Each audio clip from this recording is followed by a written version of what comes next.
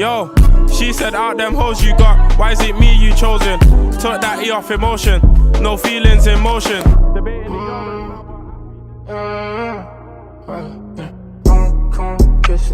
she my Birkin, what's her name?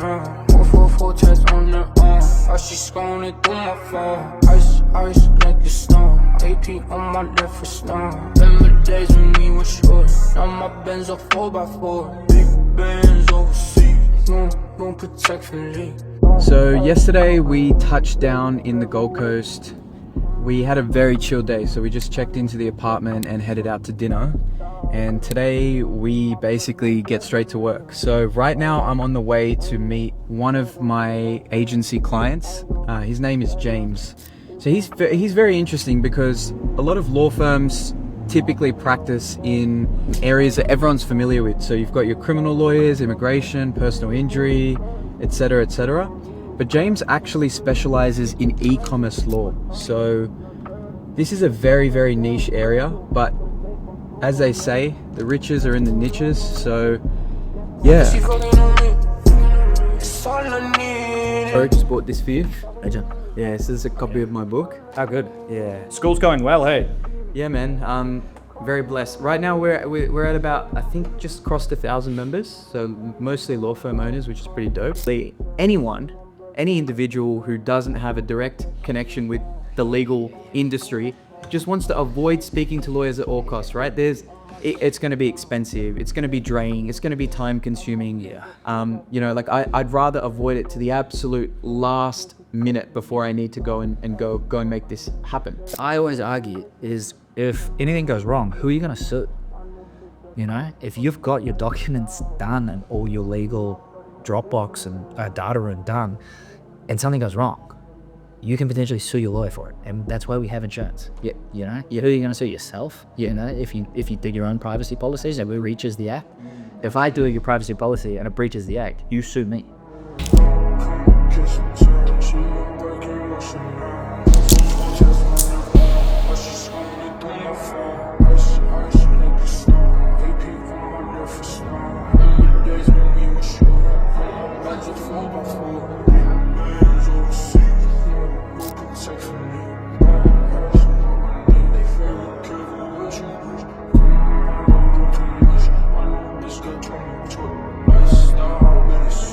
I think one of the biggest things that most entrepreneurs aren't honest about is that timing and luck play a huge factor in success. It's like people that make a shit ton of money with e-com, they've been trying for years and they like hit a product that goes crazy and then they make a bunch of money. So many people will not tell you the honest truth about it. And whether it's in agency, whether it's in coaching, e-commerce, the first few months to first few years even is going to be a very brutal period of time where you're just going to keep testing different things until you find your own kind of pocket where you have a little bit of a unique advantage. So I think it's not to discourage people and say like, you're not going to make any money, because I've seen other agency owners come in with a brand new offer and they can literally hit 10K within their first month or so. What Hermosi was saying is that prioritizing pulling as much profit out of the business as possible is actually one of the best things that you can do that would create a sellable business. And apparently like people like Charlie Munger and Warren Buffett and some of the biggest investors in the world, one of the main things that they look for is retained profits by the owner as like a clear business metric of the most valuable businesses, because when you have incentives aligned with businesses where the owners are taking in a huge amount of cash, then that means the business is going to grow well. If you just prioritize like, this business exists to serve me, like this business exists to put as much cash in my pocket as possible, then by default you're going to have a fast track to creating a better business, because that's why business exists in the first place. Like, we're here to make money, we're here to put cash in our pocket. Yep. But people, I don't know, it's so easy to get caught up in mental games of justifying why you're doing things. So just got a call. Two of our very good friends who own a production company have just invited me to a red carpet event. So I've never been to one before, but I'm looking forward to it. I guess we'll see you guys there. It's got the two back seats, the individual back seats. We had a years when we were in the virus. What a fucking car. Oh, I know. This is the Performante, so this is like the... This good? Yeah. This is the top dog. Yeah.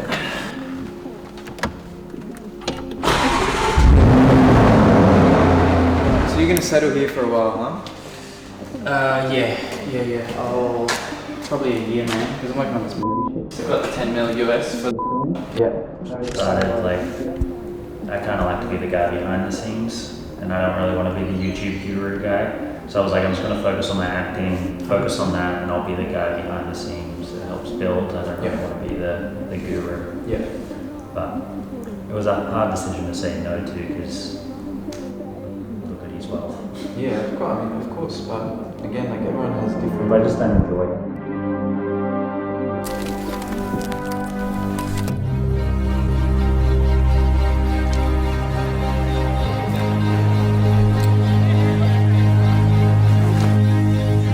Pull up in a Maserati like a spaceship. I was at the bottom, came up from the pavements. Girl, you know I couldn't turn you to my main thing. I've been running to the money ever since I came. Came in like a thief in the night. I was struggling to make a payment. Now I'm spazzing out on all these pages. You can't catch me on no stupid allegations. All my brothers working like it's operations. And my mama telling me I'm living too dangerous. Everything I did to get myself up on these stages. A ton of law firms in the Middle East that are now starting to work with American companies on like really, really big, like, let's say like company setups, right? Yeah. So for example, like just did a massive like company setup in Saudi. Mm-hmm. So the law firm that handled that just got like a 8-9 figure check to set everything up, right? Legally speaking. So those Saudi law firms, those law firms in like Qatar and the UAE's developed market, so maybe excluding them, they struggle to get American clientele or communicate with American clientele. So it's like the simplest thing. Like one of the early clients I had, like I literally just made them an English translated landing page. Like their landing page was like right to left. Yeah. You know what I mean? Yeah. Because it's all in Arabic. Yeah. They just weren't prepared for the spike in the market that happened in Yeah. the Middle East. So now we just come into all these Saudi law firms or whatever and say like, we'll help you attract American and Australian, Canadian clientele. Yeah. And in exchange, you pay us this retainer and we take a cut. Okay. And then some law firms will say like, oh, can you just consult with us one-on-one? Yeah. And I'll be like, sure. Yeah, why not? So basically it's all like kind of word of mouth. That's kind of that I run position. ads. Yeah. For acquisition, I just run ads. Makes sense. Because no one's running ads. Yeah, no. It's so cheap. Or if they do, they're just running them like poorly. Yeah. But the problem now is like, with me anyway, is like I feel like I've kind of spoken to all of the big players in that market. The rest of them are just like very local law firms. And when they reach out, it's a waste of time because it's like they're not interested in attracting international clients. So they're not thinking in terms of like USD.